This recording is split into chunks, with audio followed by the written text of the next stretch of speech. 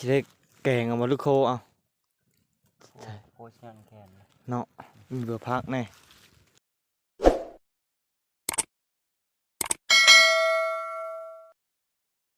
ทักทายสบายดีและสวัสดีFCทุกท่านที่ติดตามและรับชมวันนี้กาตอนเช้านะกา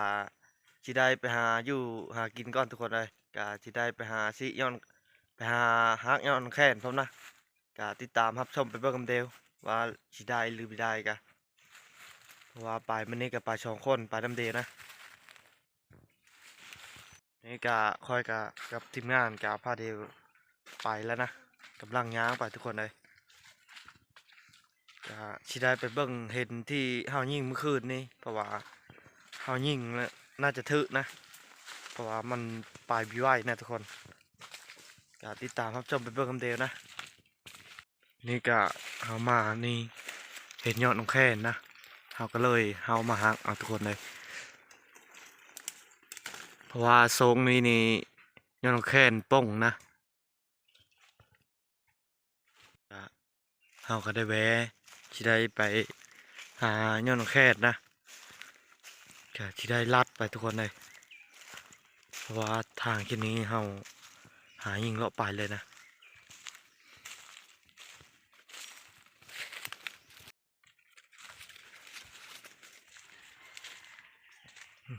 ตอนนี้ก็ไก่หันเฮาสิได้ไปดักไก่ทุกคน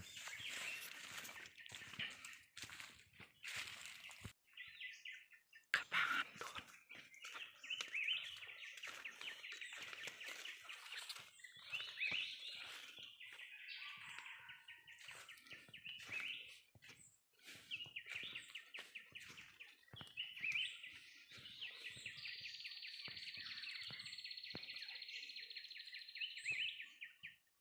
ไก่หันแล้วทุกคน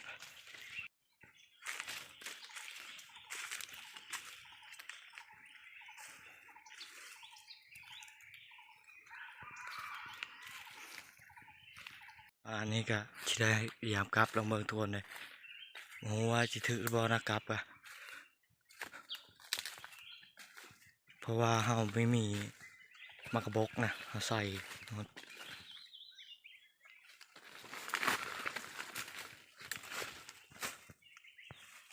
ไม่ถือเลยทุกคนเลยเฮาก็สิได้ฮื้อนะสิได้ฮื้อก็สิได้เดินทางกลับเลยมื้อนี้ก็ทีมงานเฮาก็เพิ่นไปสังหะนะเพราะว่าเพิ่นน่าจะไปคนละทางทุกคนเลย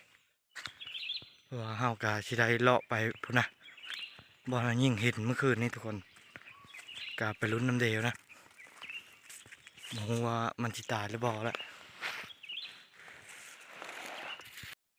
ไปนี่ก็หายามกลับไปพร้อมทุกคนเลย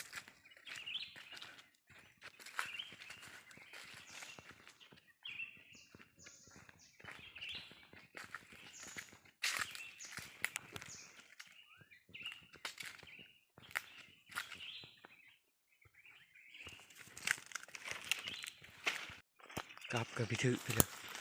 เพราะว่าเฮาเห็นไก่หันก็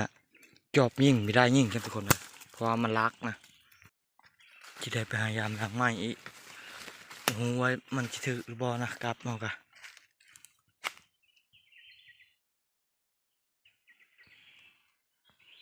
เอาไก่หันเลยทุกคนเพราะว่าห้องใหญ่นะ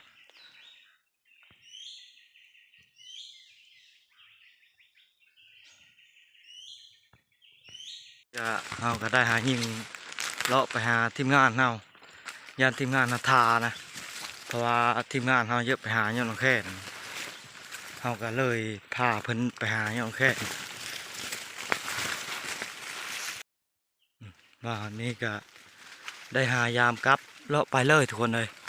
เพราะว่ากลับเฮาก็สิได้ฮื้อเลยนะ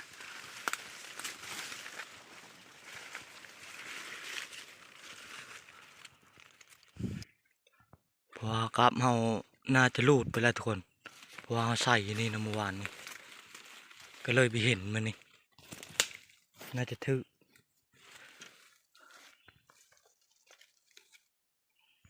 มานี่สิได้เฮาพยายามกลับไปก่อนทุกคน ราะว่ากราฟก็น่าจะบ่ถึกนะอ๋อถึกได้ทุกคนเลยหนึ่งโอ้นี่หาก็ได้ตัวหนึ่ง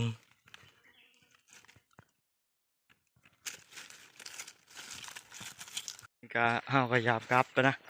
หาก็ได้ตัวหนึ่งนะทุกคนอันนี้ก็สิได้พยายามด่างต่อไปนะ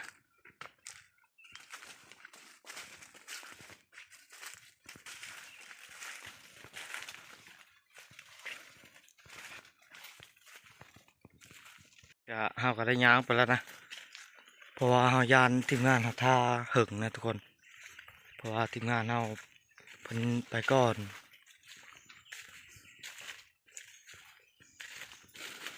ตอนนี้ก็สิได้มายามกราฟก่อน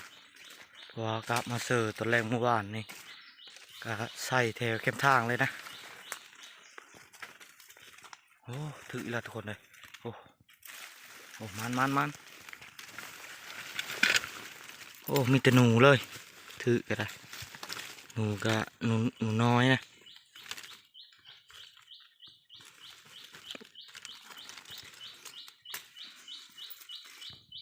ถือว่าก็ได้5หลางทุกคนวันนี้ก็คิดได้หายามด่างต่อไปนะ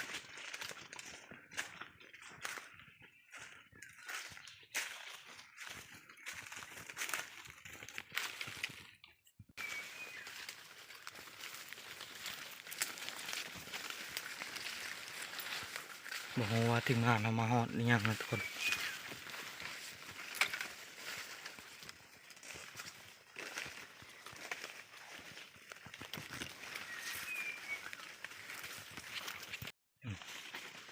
มานี่ก็ยามครับก็โอ้ครับก็บ่ถืออย่างทุกคนเลยถือว่าได้ชอบโตนึงนะอันนี้ก็มาฮอดทางที่ทำกระพุ้งนะ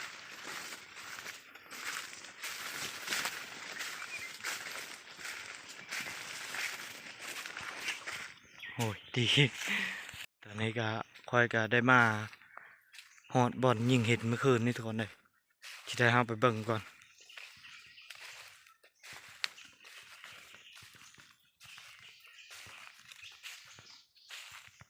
ตอนนี้ก็มาฮอดแล้วนะบ่อนที่เฮาเว้นยิงเมื่อคืนทุกคนโอ้เมื่อคืนก็ไม้ชูงพุ่นนะเพราะว่าเยื่อหาก็ไปเห็นเมื่อคืนนี้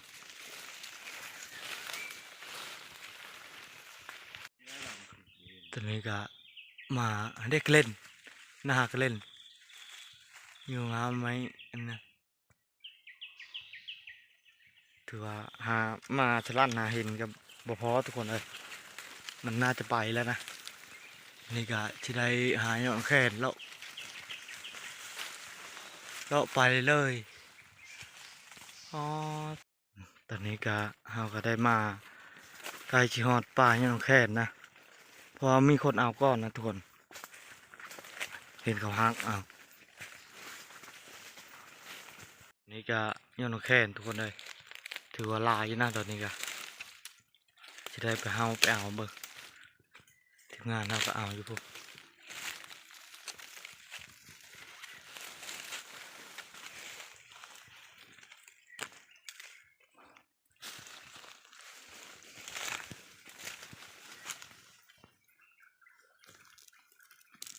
แค่นก็ถือว่าปริกินทุกคนเลย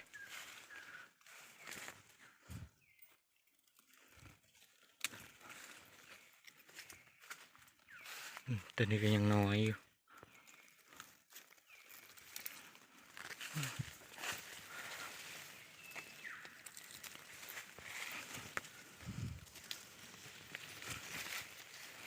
ตอนนี้ก็เอาย้อนแค่นก็มันอ้อบิลายนะแต่จะได้หายิงเลาะเมื่อเลยทุกคนเลยตอนนี้ก็เอาย้อนแค่นก็มันบิลายนะก็จะได้หายิงเลาะมาบอดเลยทุกคนเลยก็ไปรัดเสากับทะเลได้เพื่อนนะ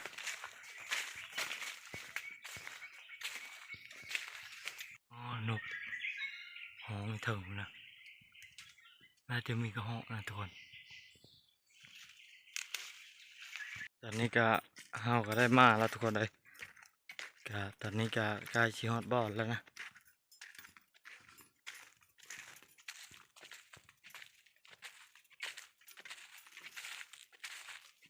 ตอนนี้ก็เฮาก็ได้มาฮอดบรรจุมื้อเช้านะทุกคนถือว่าร้อนแห้งนะมื้อนี้ก็สิได้ไปหาเลาะยิงอีกก็ยังไม่ได้เพิ่นนะถ้าทีมงานมายิงนะนี่ก็เฮาก็ได้มาฮอดบรรจุมื้อเช้านะอย่ารอทีมงานนะพยายามกลับบ่ฮู้ว่าเพิ่นสิได้หรือบ่นะถ้าลุ้นนำเดเลยทุกคนเลยคือยอดนักแข่งที่เฮาบ่ใจเพิ่นไปเอามื้อเช้านี่ทุกคนเลยถือว่าได้หลายอยู่นะเฮาสิได้เฮ็ดกินยอดนักแข่งนี่แล้วก็มีนกเขาแน่ทุกคนเลยนกที่เฮาไปการเมื่อคืนนี่แล้วก็มีหนูเนี่ยนะอืมอยู่กับตารถนี่ถือว่าข้าวนี่เฮาได้กินข้าวเย็นเลยเพราะว่าเฮาสิได้มื้อนะทุกคนเฮากินข้าวแล้วก็เฮาก็สิได้เดินทางกลับมื้อนี้ก็สิได้มาจี้นกทุกคนเลยจี้นกท่าทีมงานเฮาเพราะว่าทีมงานเฮาพยายามกลับทันละมา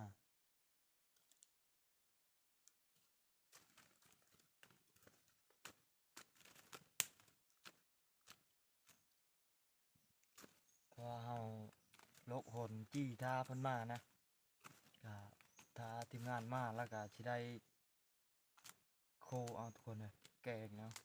แกงใช้ยังแค่น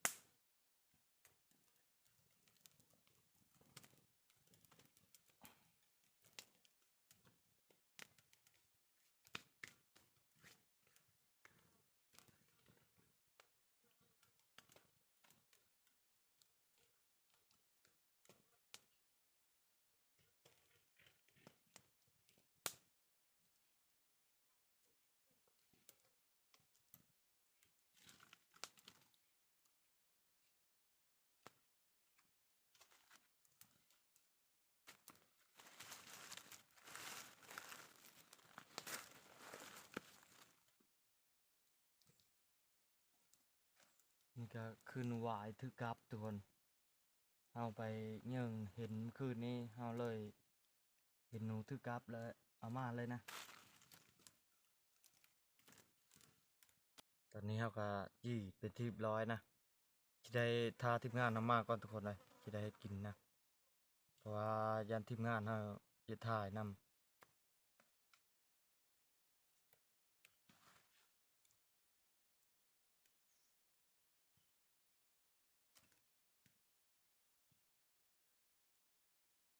ตอนนี้ก็สายเต็มแล้วยินข้าวแล้วทุกคนเลยประมาณ10 โมงนะอันนี้ก็ทีมงานเขาก็มาละเจอได้จิกโต โอ้ยแต่ก็แต่น้อยตัวนึง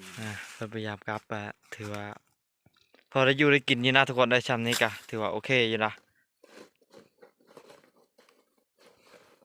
มาได้มื้อละโตนี่กะลื่นจับแจ้วนะทีมงานนำมาฮอดแล้วก็ที่ได้หาเฮ็ดอยูดกินก่อนมานี่อันนี้ก็เฮาก็สิได้เอานกไปพักสิได้แกงเอามาลูกโคเอา โอ้โพสยังแคนเลย เนาะมีเบื่อพักแน่พักไว้ทุกคน เล เลย ยครับนะ ก็สิได้เฮ็ดกินนะทุกคนเลยสิได้ใส่นกแล้วก็สิได้พัก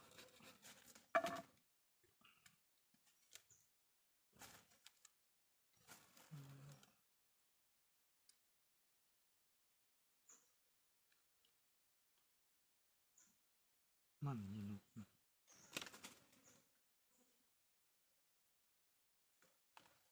กินแมงไม้น้องเพิ่นนี่น้อง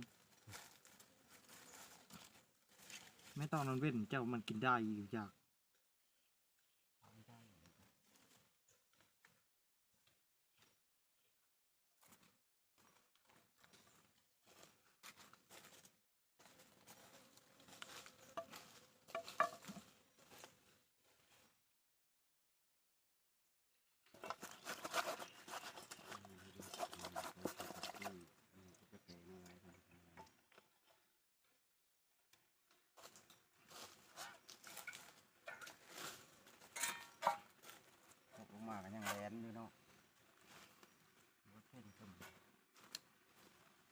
เรื่องไม้นะ ไหนเพิ่น ไม้ลามข้าวนะ คือดิปะอีพุ่นบ่ได้เอามาจังซี่วะ พ่อโยนลามนะ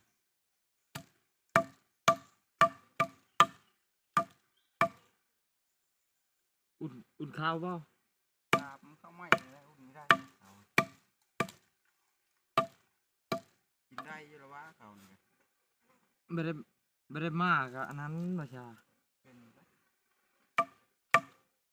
อ่อนอยู่ได้ เป็ดเพิ่นก็เย็นนะกะ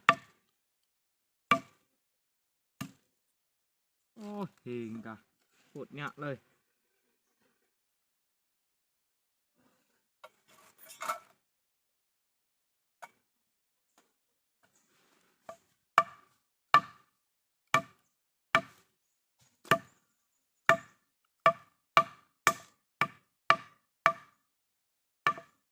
ตอนนี้ก็เฮาก็พักเป็นที่เรียบร้อยนะจะได้ล้างเอาย้อนแค้นใส่ทุกคนเลยใส่เวลาเนาะย้อนแค้นนี่เนาะ เลือกอาจารย์ท่านนะเจอ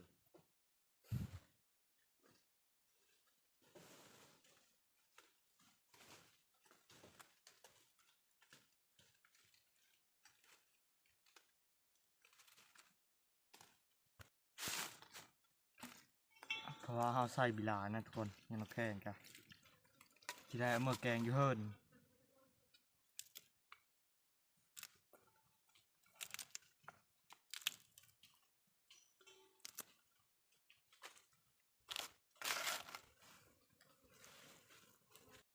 ตอนนี้ก็เฮาก็สิได้ใส่ผักผักหอมทุกคนเลยใส่หมดเลย เพราะว่าเฮาสิได้เดินทางกลับนะ เพราะว่าเฮาสิได้มันนะโบก็ใส่บหลายโบใส่เอาครึ่งหนึง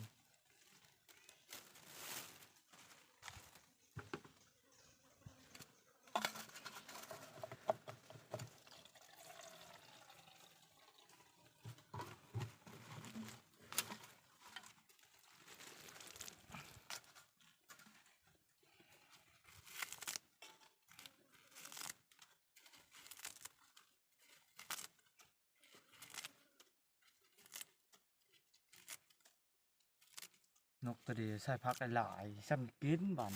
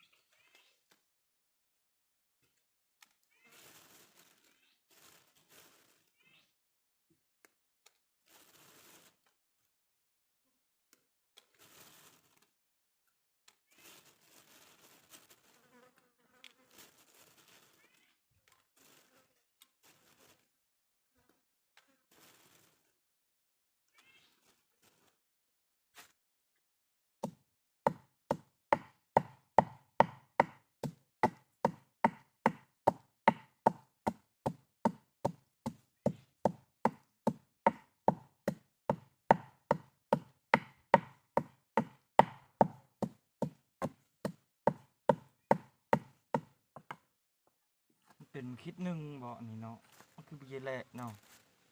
มึงราคาแรก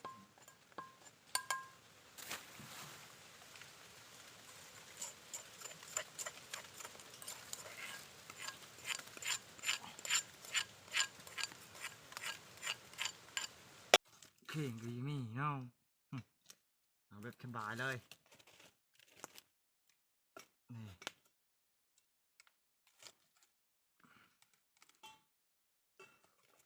ไปกินบ่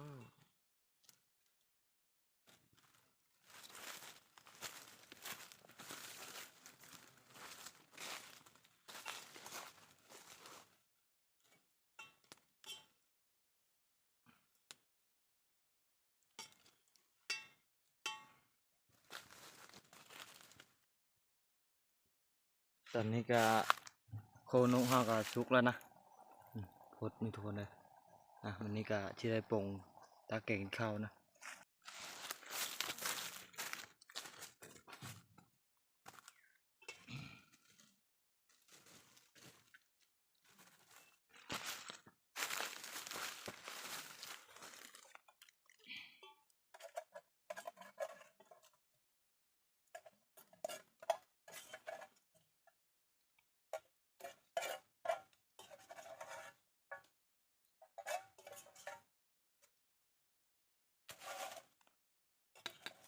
กินนี่บอก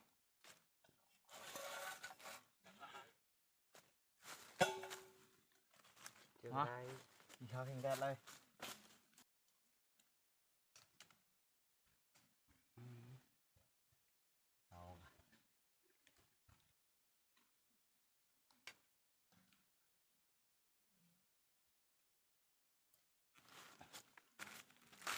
ตอนนี้ก็โคนุเฮากันแล้วละทักเป็นที่เรียบร้อยนะมาเด้อทุกคนกินข้าวเช้าได้แบบนี้ข้าวเช้ากับเป็นข้าวเที่ยงเลย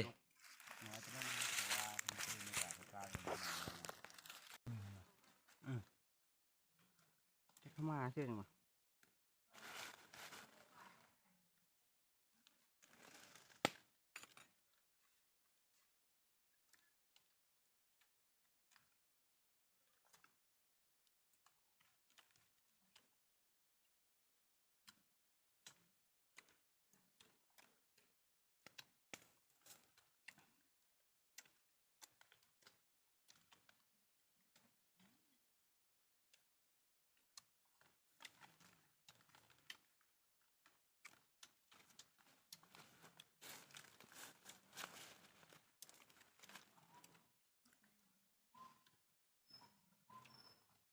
ของหนึ่ง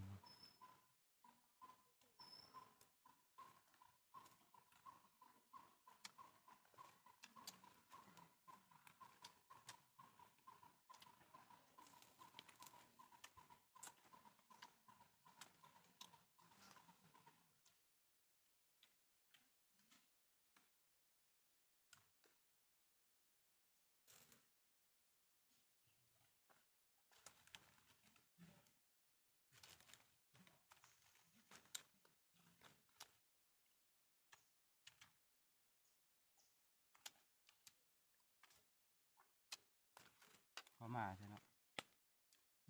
จะเข้ามาใช่ นี่ก็ห้าวกะกินข้าวอิ่มแล้วนะย่างแต่ทีมงานใจเพิ่นยังกินอยู่ทุกคนเลยปิ้งหำหนู โอ้หอมแล้วหอมเลยอ่ะมีเมาไว้เลยละตันถูก ตอนนี้ก็ซึมเฮาก็ได้กินข้าวกินน้ำอิ่มแล้วนะก็ที่ได้เก็บเครื่องเก็บของแล้วก็ที่ได้เดินทางกลับบ้านทุกคนเลยแต่ตอนนี้ก็ยังทาปีกหนูปีกกระแตนะปีกหนูปีกกระแตชุกจะน่ากะที่ได้เดินทางกลับเลย แต่สำหรับคลิปนี้ก็เฮาก็ที่ได้ขอจบลงเพียงเท่านี้เดี๋ยวคลิปหน้าพอกันใหม่ทุกคน